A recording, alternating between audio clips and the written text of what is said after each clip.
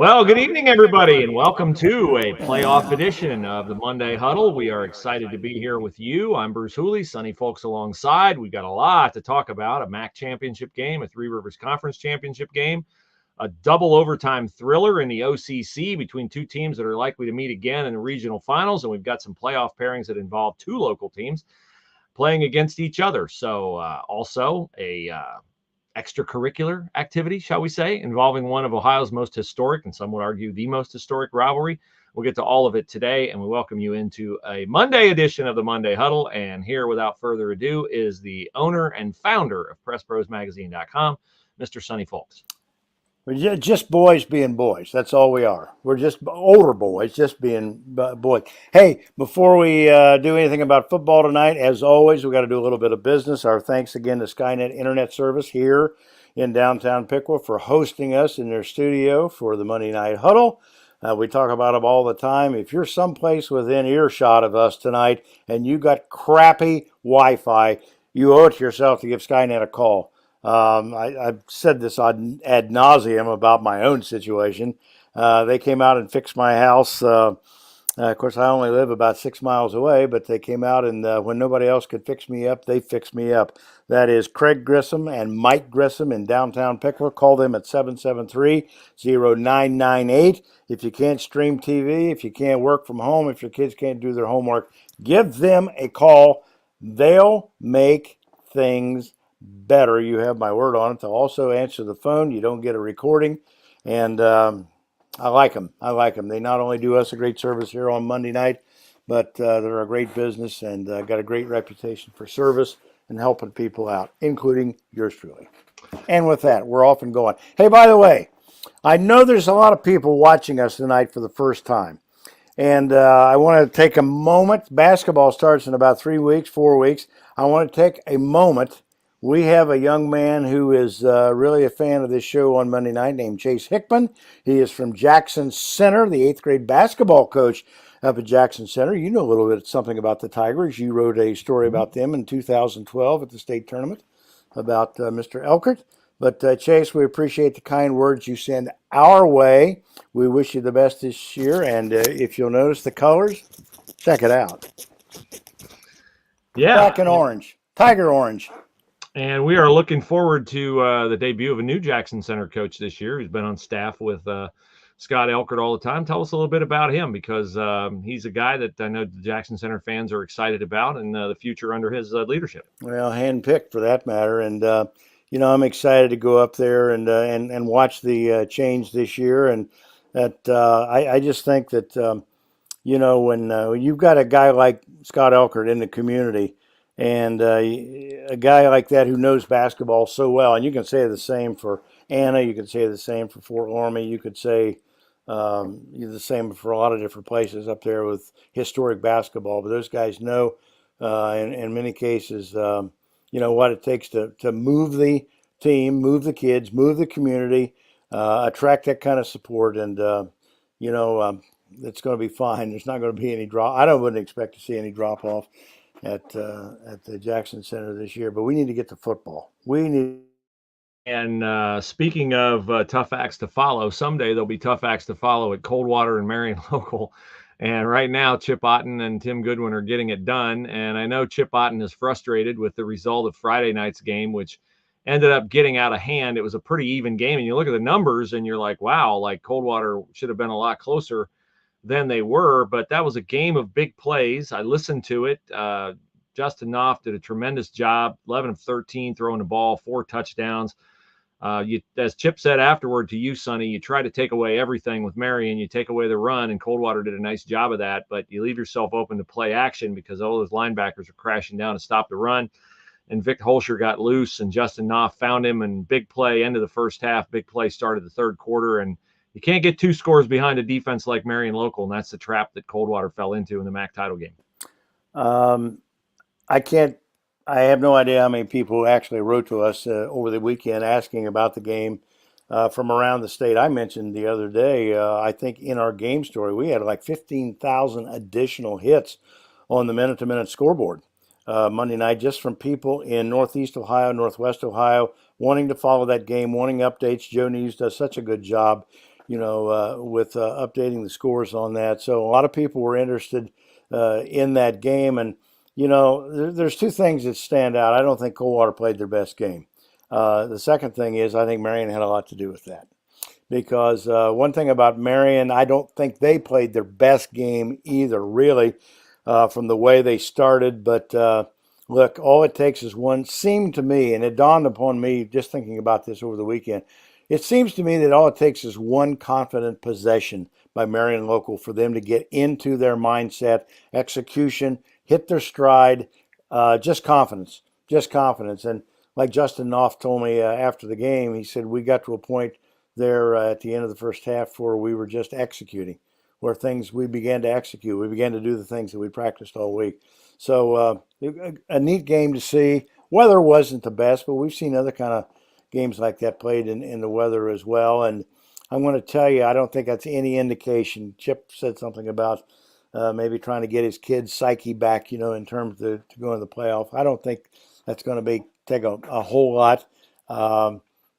Because that's a very, very good football team. Of all the teams that I've seen this year, that you look at them on week one and you say, I don't know. I don't know if this is going to be a typical Coldwater team. Hey, by the time I saw them in week 5 or week 6, they were well on their way. And look, I think it's kind of been a down year across the state in a lot of divisions for football. But, Coldwater's going to be fine. You people up there on 118 and 119 or 219 or wherever don't worry about it. They're going to be fine. Marion Local, we probably don't talk enough about Marion Local because I think a lot of people across the state are very envious, one, of their record, two, of the fact of their culture of football, which has taken Tim Goodwin 25 years to create because, Ken Meyer was there before and had some good teams. From time to time, they hit their stride, but they have never left their stride since 1999 or 2000 when they won their first title with him. And, we wrote something Sunday about on our Who's Hot column just about the fact that these are not kids that are getting recruited to go to Ohio State and Michigan. I think, as I know, they've had 2 Division I recruits in the 14 years that I've been covering Marion Local. One was Adam Bertkey, who's a coach there now, who was recruited to go to the University of Pittsburgh, went there for a couple of years, transferred back to Ohio, and finished up at Findlay. The other was John Dirksen, a 6'6", 6'7", 295-pound tackle that played at Notre Dame for 4 years, just left Notre Dame, graduated, got his degree, came back, started life just like Marion Local kids do. Football is not a be-all, end-all for them. I think I wrote the other day, it's just something they want to make the very most of those 4 years that you get to play high school football. And I can't think of a better example, nor a guy who has cultivated that culture better than what Tim has done, and along with his staff, which is pretty much, I guess there's some younger guys coming in and out, but that group of men has been together for a long, long time. And you can say all you want, and people I saw on social media today, on Facebook, there were some guys with tank tops and laptops talking about, well, they need to travel out of state and play, and to impress me. Seriously, how important is high school football to you that you want to get on a Greyhound and travel to Chicago to play somebody? That's nuts. That's nuts. That defeats the whole purpose of interscholastic high school sports. So they're not proving anything to you if you're sitting there with your laptop and your tank top and passing judgment on a team that's won 13 times. And by the way, Divisions 5, in Division 6, in Division 7, they have routinely, I've seen them beat teams in Division 2, 3, 4, up and down the line in regular season play. So they have nothing to prove. Honestly, that's such an impressive story up there. I used to call it the Marion Miracle, and even I'm taking that for granted now, tired of using that terminology, because they are what they are, and they deserve it. They've earned it, and it's something to really be proud of. Well, I can't even understand the logic of they need to go out of state to play. Like the argument, what? Like they're not legit. Like they've won 13 state titles. Nobody in Ohio's won more. They play in a league, oh, by the way, that 13 of the last 14 years, one MAC team's reached the state championship game, and the MAC's won a state title 13 of the past 14 years, and you say, well, sure, it's Marion Local. No. The MAC is 21-8 in championship games over the last 14 years. Now, Marion hadn't played in every championship game over the last 14 years. So half of those are other schools in the MAC. So they're beating every team in Ohio to win state titles. They're beating other teams in the MAC to win MAC titles that themselves win state titles. St. Henry, Minster, New Bremen, Coldwater. Like, that's just a stupid comment for somebody to make, that Marion needs to go out of state. Like, why? Marion dominates the state because Marion's a dominant program. Maybe you can't handle that, but that's the fact of the matter. And, they're not. Tim Goodwin's the first guy to tell you they got to win 6 more games to win a 14 state title. They're obviously going to be favored to do that. They should be favored to do that. And they just seem to have answers for whatever the opponent throws at them and tries to take away from them. And then just a word about Coldwater. Look, Chip Otten should not feel bad about 35-14. I actually think that works to Coldwater's advantage, that it dropped them down to the 6th seed, because now they're not in the same half of the bracket as Liberty Center. They're a 6. I know it's computer, but I know they went in ranked 3rd in the state, and they played Marion pretty tough, except for giving up the big plays, which of course define the football game. But Coldwater is going to be fine, and Coldwater's a hard team to play. So I don't know. Chip may be playing a little bit of possum there, that he's got to convince his guys they're good again. You got to get over the disappointment of not winning the MAC, but it's no disgrace losing to Marion Local, because, oh, by the way, 41 other teams have done it in succession to you. Well, the good thing about what you just said is there's no shortage of stupidity. We have a lifetime supply of it, and you don't have to look far to find it.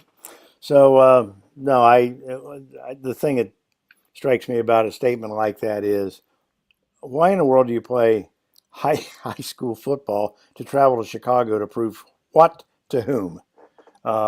So until somebody is like that, is willing to write big checks, and I mean big checks, in support of what he feels like makes high school football a better product and more interesting and more relevant and fair. Let's always make sure we use the term fair. Don't write checks you can't cash. So yeah, that's all we got to say. Those are the same morons that want to bring NIL to high school athletics. So, well, they're out there. That's out there too.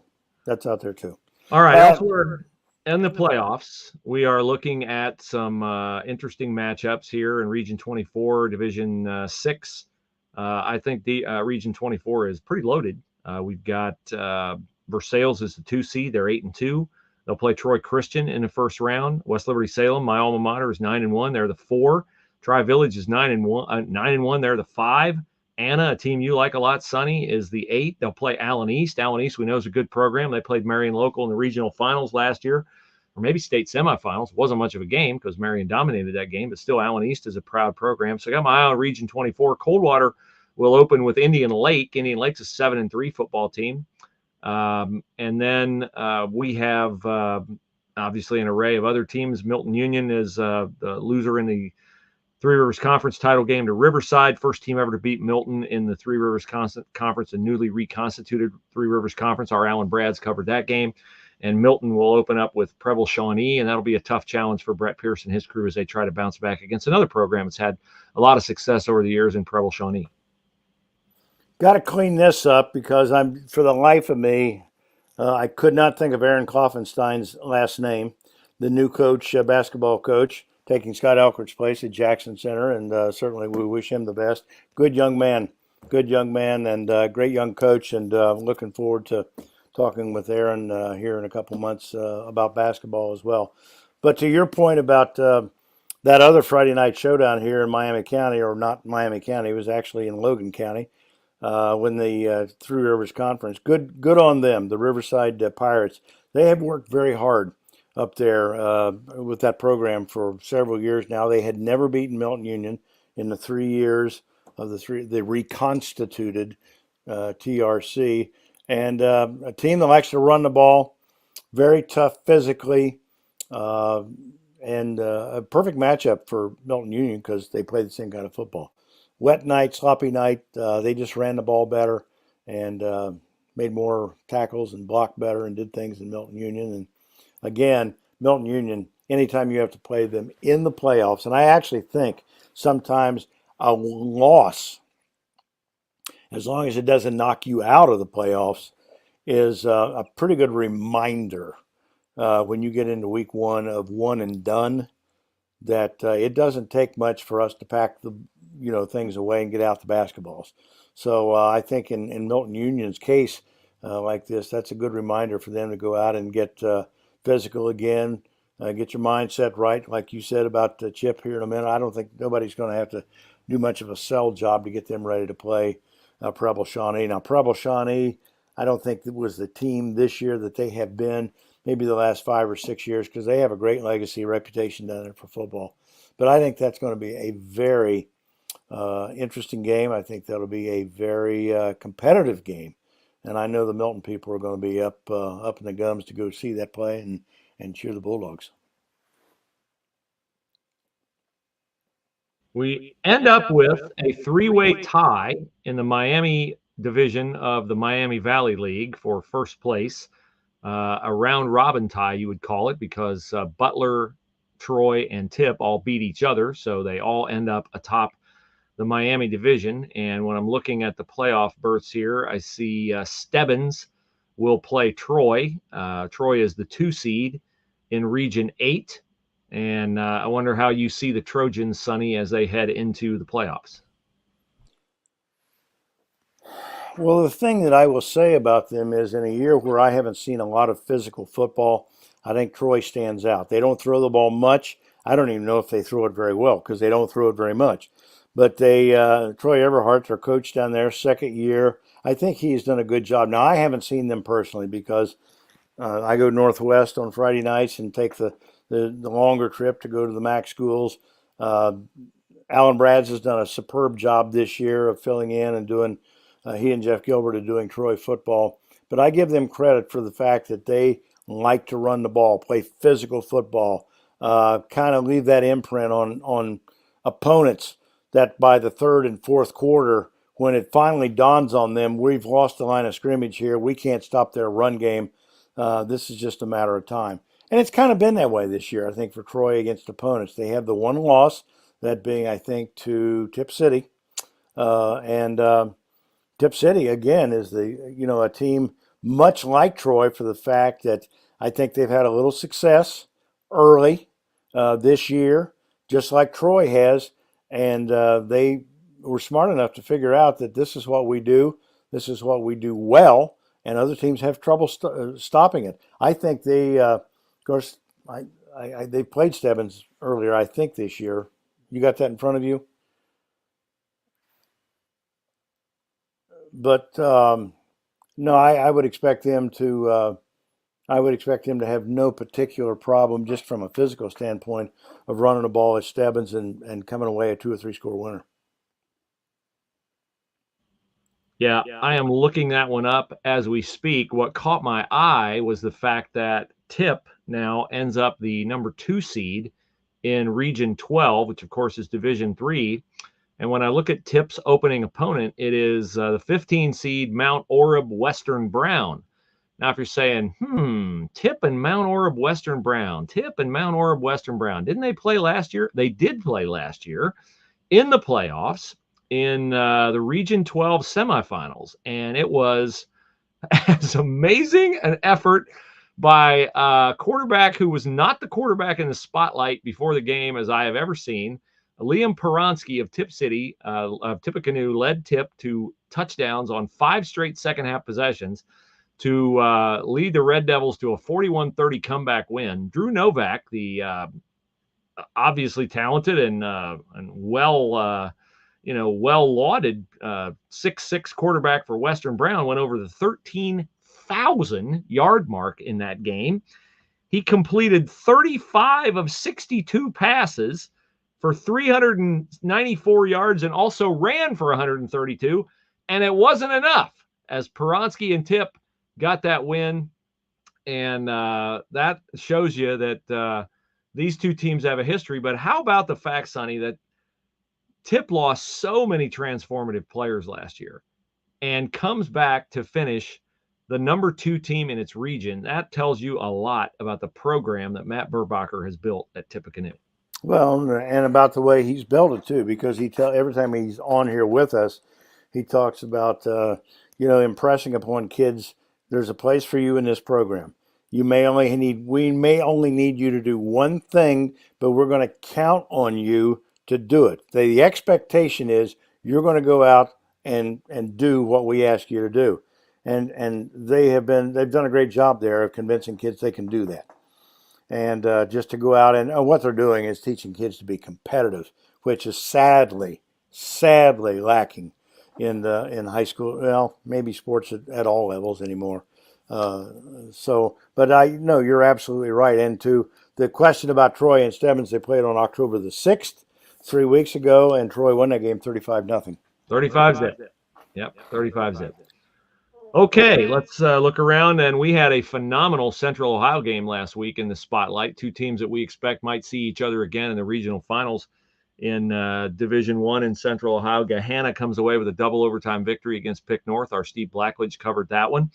In the Central Ohio spotlight this week, we will have one of our writers back on what was a really good early season, regular season game between Grove City and Hilliard-Davidson. Davidson won that game. Both teams have since really, Davidson's hit the skids here second half of the year. They finished 5-5. I think they were 4-0. Grove City also had a disappointing season. They are 5-5, so they will face off at Davidson. And then the other game we will branch out and we will cover Bishop Reedy, which is the 5 in Division 4, and they will be playing host to the Jonathan Alder Pioneers, who are the 12. Despite a 7-3 record, Alder gave both Bellefontaine and London are really good teams, all that they wanted. So that'll be our first time covering the Jonathan Alder Pioneers in football, because that is one of the most compelling games in Central Ohio this week. That's what we have planned for our Central Ohio audience and for our statewide audience. And Sonny, you have an array of games that you can pick from. Are you in a position right now to say where the Press Pros staff will be in Western Ohio this week or not? I think there's 2 of them that really interest me. One of them is Fort Loramie at Southeastern, a 5-5 team at Fort Loramie. And, we made so much and we got so much to talk about. If we have the time tonight to talk about people's reaction to what we said last week about 3-7, 2-8, and 1-9 teams not being in the playoffs. At 5-5, Fort Loramie, I think, is a team that you don't want to take for granted, especially in the first 3 rounds of the playoffs. They're going over to Southeastern. I think that's in South Charleston over on Route 41 to play on Friday night. That's a game that certainly intrigues me. The other one, we just talked about this, and I'm really leaning on going to Milton-Union Friday night to watch them play. I think it's Friday night to watch them play Preble Shawnee. Because, I'm kind of a Jordan Foose fan, and their running back who had a great year this year, 1,200 yards and 13 touchdowns, something like that. Just interested to see how they bounce back. 1, 2, I know that place is going to be packed with people down there. They're going to be excited about seeing the Bulldogs play in the playoffs. That's certainly a good matchup. Here's another one, and I want to give a little shout out, a little love to the Bradford Railroaders. Last year, their record was 0-1 officially. They lost to Covington, who didn't win a game this year. Bradford comes back this year, I think won 5 games. I think they finished the season 5-4. 4, is that right? They won 4 games. Comes back, beats Arcanum the other night, 34-28, to make the playoffs. They get to go to Minster on Friday night. That's a really interesting human interest story, because they have a great legacy of football back in the days, back in the 80s, back in the 90s. And if memory serves me, they were one of the original members, Bruce Hooley, of the MAC, of the Mid-American Midwest Athletic Conference.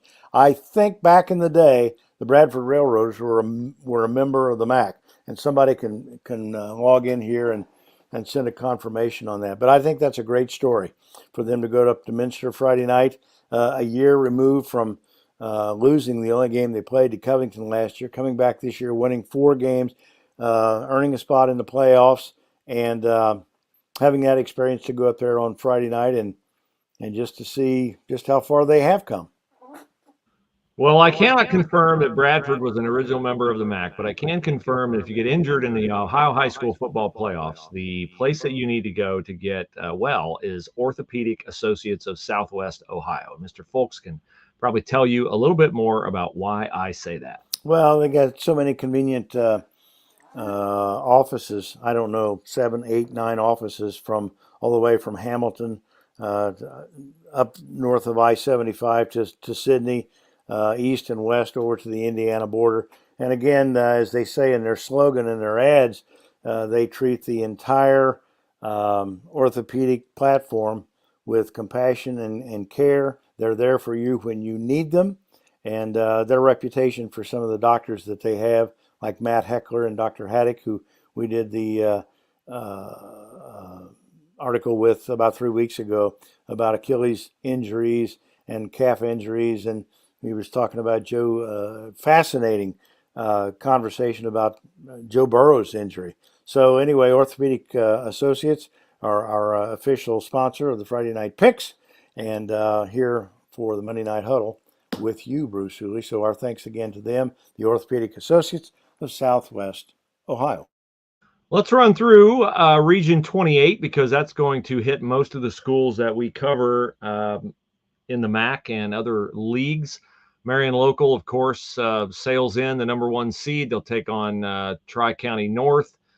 We have Ansonia at number 2, and I saw Ansonia last year against New Bremen. If that would manifest itself in an Ansonia-Marion Local regional final, I don't know if Ansonia still does what Ansonia did a year ago, which was just run it between the tackles every single down. I can't imagine that would work against Marion Local, but New Bremen found a way last year with a heroic performance by David Homan and by his other running back, whose name escapes me right now, but their tight end had a big game that day, and Chris Schmidt and New Bremen, that was one of their toughest games, a tougher game than the interstate title game.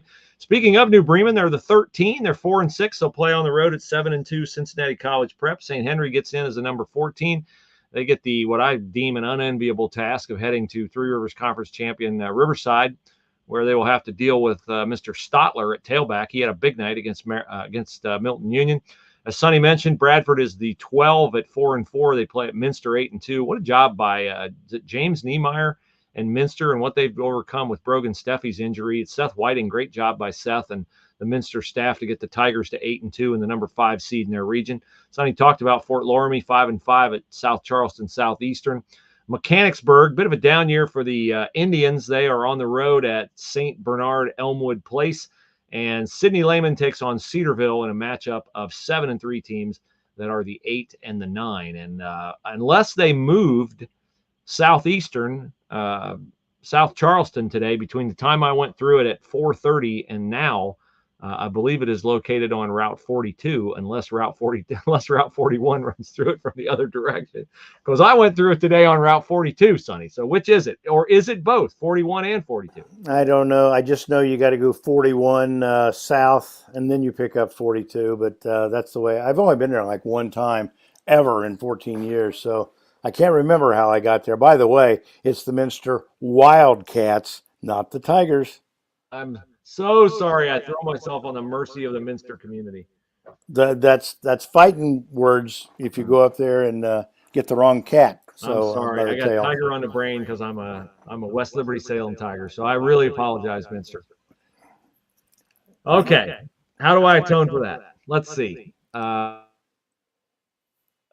Where do you want to turn next, Mr. Folks? Do you want to turn your attention to what is become an annual rant about teams getting in for 2-8, or what?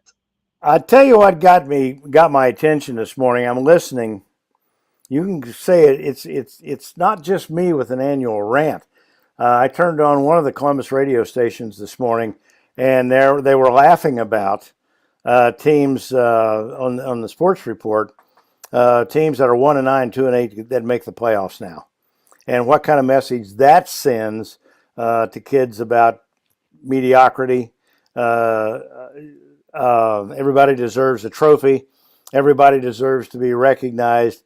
And I had never heard that publicly talked about like that on the airwaves. And I don't even know what station it was because on my truck radio, the lights are burned out on the radio. So I can listen, but I don't know who I'm listening to. But I know it was out of Central Ohio. So I just think that, and we talked about this last week, and we got several comments over the week from people.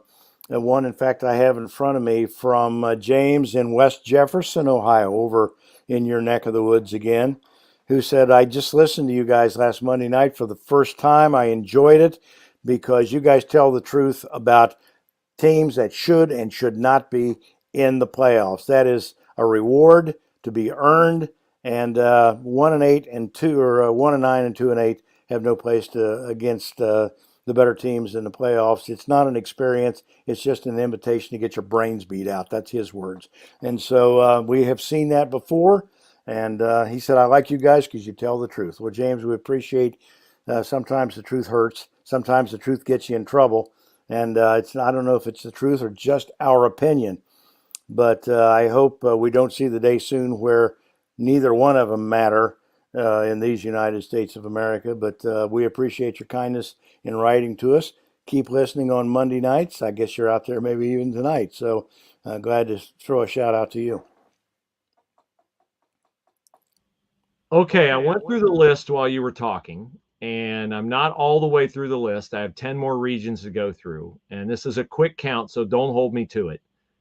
But I have yet to find a 1-win team in the playoffs. I've found, I think, 8 3-win teams and 4 or 5 2-win teams in the playoffs. So it seems to me like maybe some of that. There's another Turpin is 3-7. They're in. Walnut Ridge is 3-7. They're in. So I'm going to say we're about at 10 to a dozen 3-win teams, and probably half a dozen 2-win teams. Newark's in at 2-8. But I do not see a 1-win team in. Well, there we are. Region 1, Cleveland. Euclid is 1-9. Elyria is 1-9.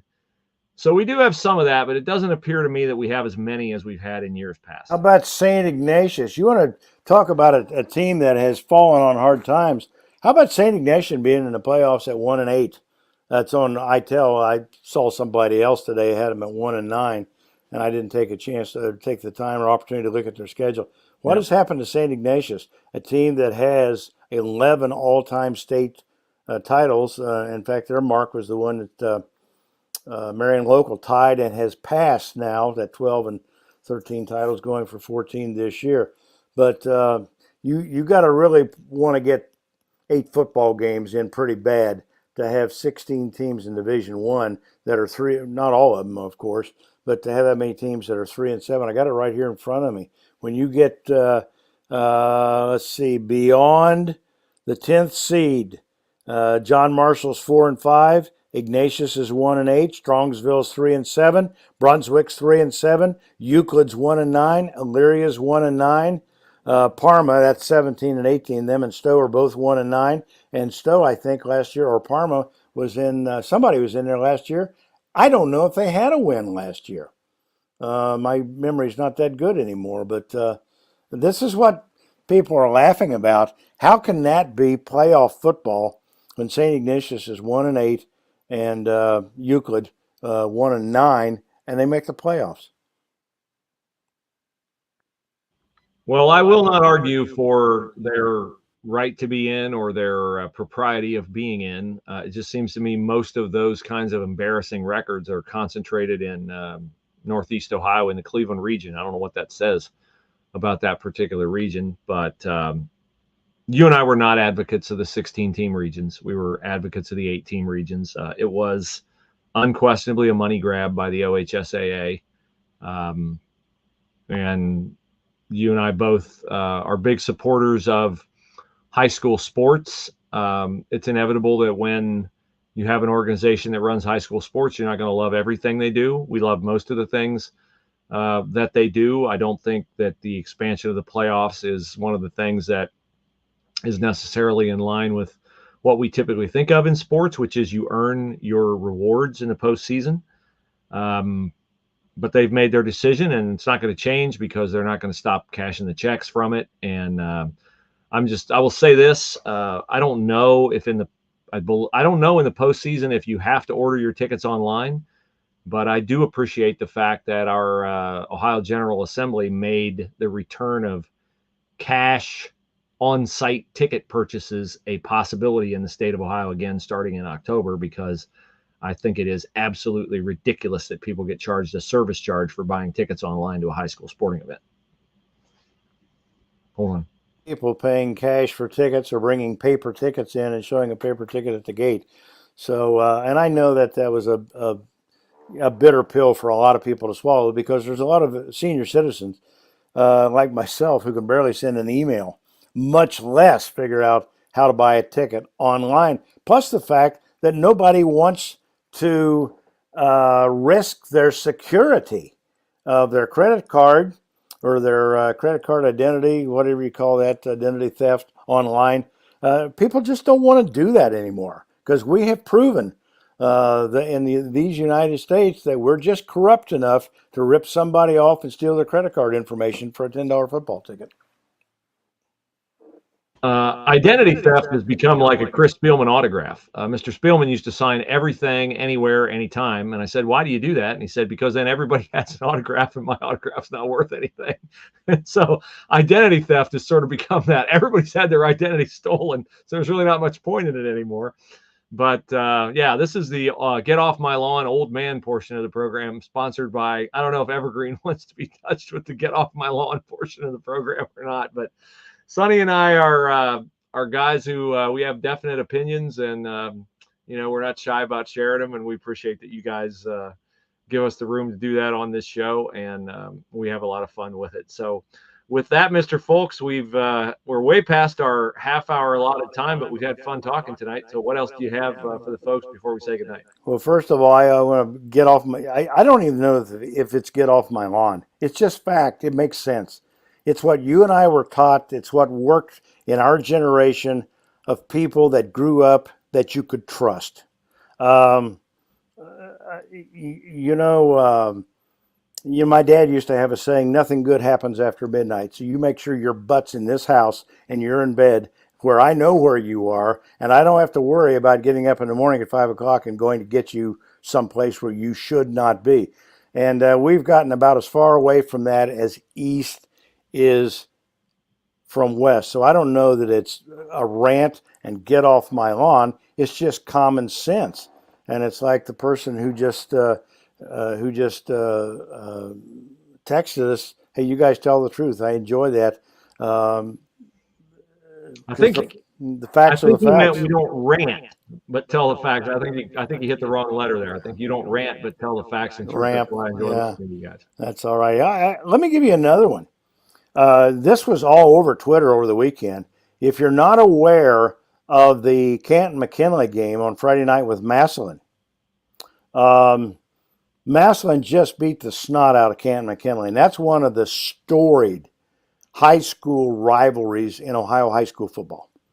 Earl Bruce used to sit in the press box at Ohio Stadium and talk about the days of when he coached at Massillon and things that happened on Fridays with the Canton-McKinley game. Well, Earl was a great storyteller, and we don't have time. But this is no story.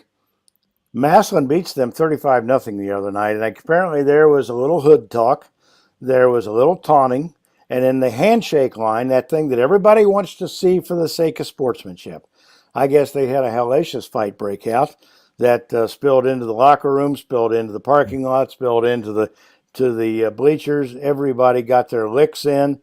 And one more reason why I have said and written for years, that is the worst decision possible, to ask kids to play passionate, competitive, physical, violent football for 48 minutes, and the minute the gun sounds to end the game, you want them to line up and just hug each other.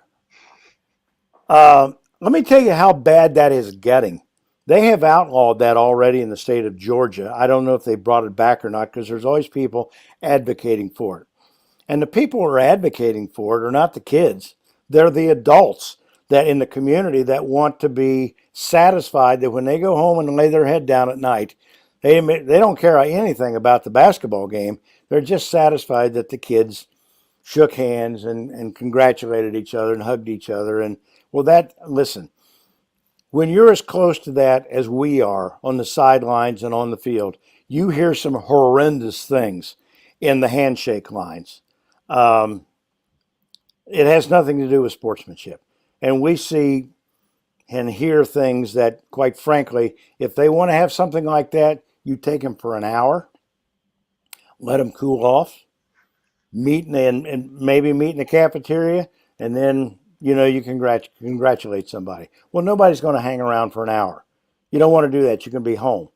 But it's happened in Kentucky. It's happened in Phoenix, Arizona. They had a basketball fight that's, I don't know if it's still on Twitter, but you can go to YouTube and say basketball fight in Arizona, and that's captivating to watch.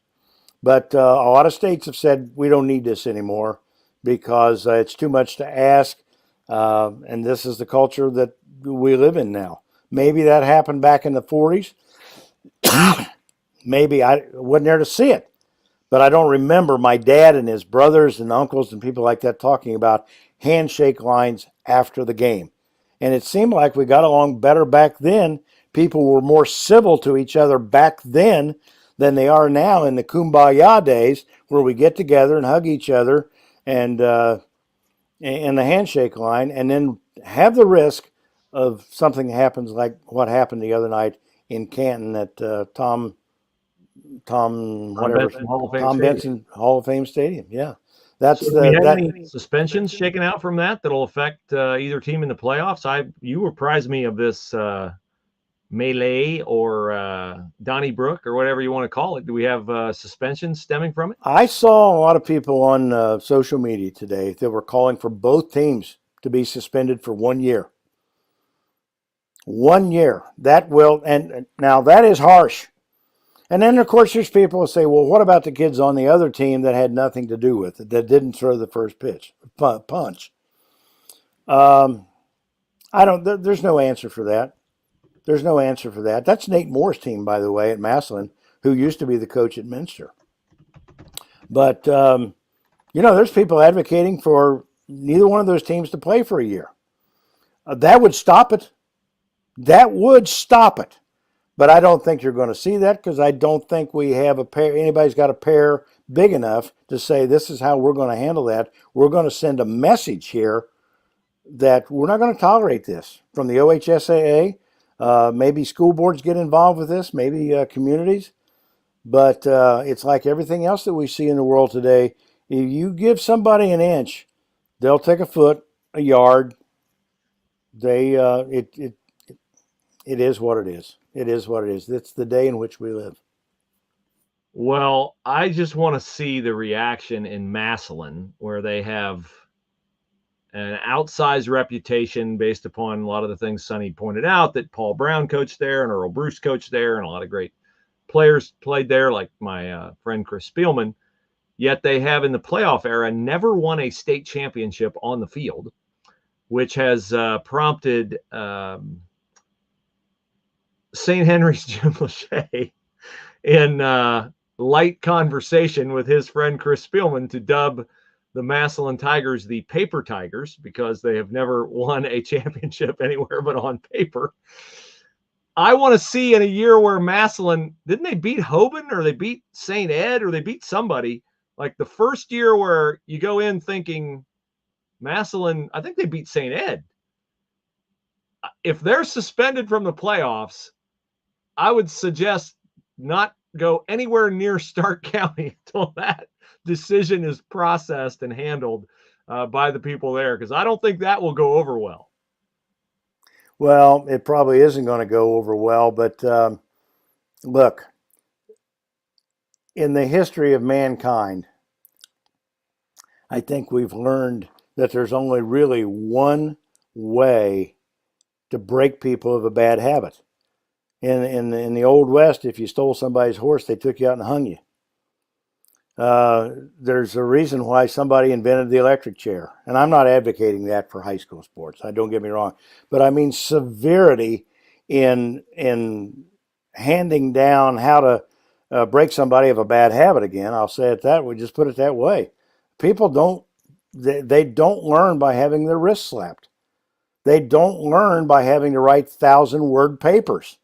They don't learn apparently from having to take courses online in anger management. It just doesn't work that way, and I hate to put it. I just hate to think of it in those terms. That we've come to the point where we don't learn any other way except through the most severe punishment possible, or reprimand possible, not punishment, but reprimand possible. And again, it's awfully hard to see in these United States in 2023 somebody having the temerity to suggest that. And I will end with this in the vein of what Mr. Folks said. As we speak, four-time All-American Sammy Sasso of the Ohio State wrestling team is fighting for his career and fighting to walk again normally because he was carjacked by a teenager who, at the time the teenager shot Sammy Sasso in the belly with no provocation at all, had 11 outstanding warrants.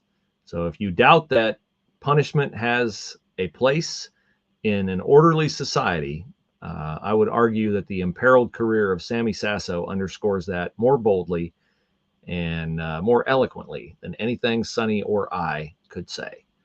And with that, let me make one other point. The irony of it is we play sports. We play sports to teach a lot of good life lessons about competition. Character is one of them. Sportsmanship certainly is. Accepting defeat, learning how to win well, being a gracious winner.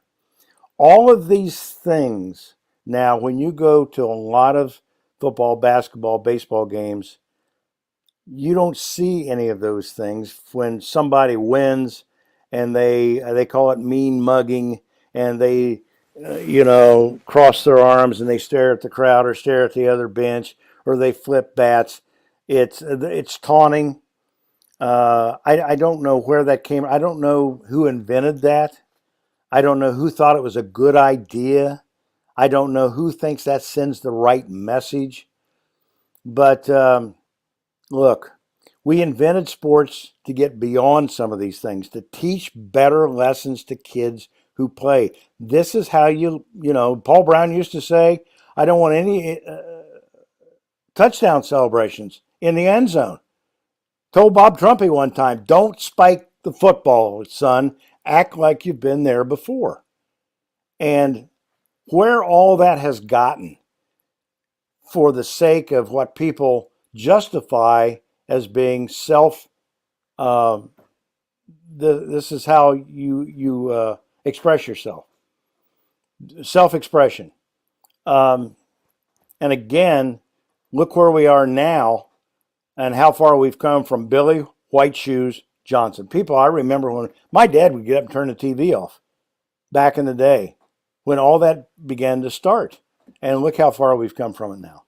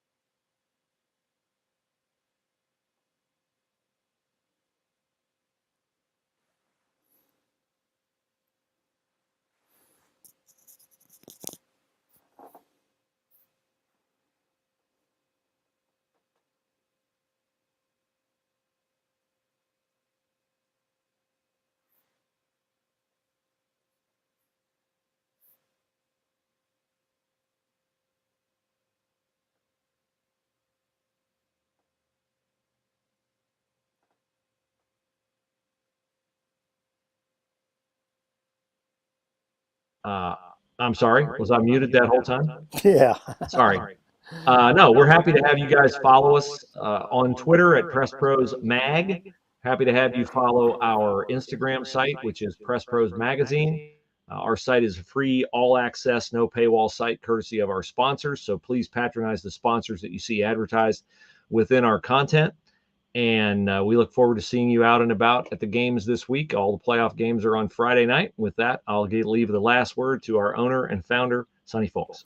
Well, there's no. I think we've had enough last words for the night, but I certainly do appreciate the number of people who wrote in this week, commenting like James did, from Madison County, that he appreciates the show, appreciates the opinions, appreciates the truth, the facts, and the things about in the manner in which we go out and do our job, and certainly appreciate all the kind people over the last 2 or 3 weeks when we show up at places, sometimes for the first time, who say, "Hey, we're glad you're here.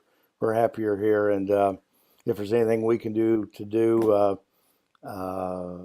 Tell us, and we'd like to help. The fact of the matter is, Bruce, for all the bad examples that you can conjure up, there's an awful lot of nice people, nice kids, and appreciative people out there who go out of their way to give you the right kind of message as well. So we appreciate those people as well. Look forward to seeing you again next Monday night. Have a great time at the games this weekend. Root for the Buckeyes. If you're a Buckeye rooter on Saturday night. We didn't get a chance to talk about them on Saturday, but a good win over Penn State. It was exciting. We were there. Jeff Gilbert did a great job writing it, and so we'll leave it at that. Have a great sports week, everybody. See you again next Monday night.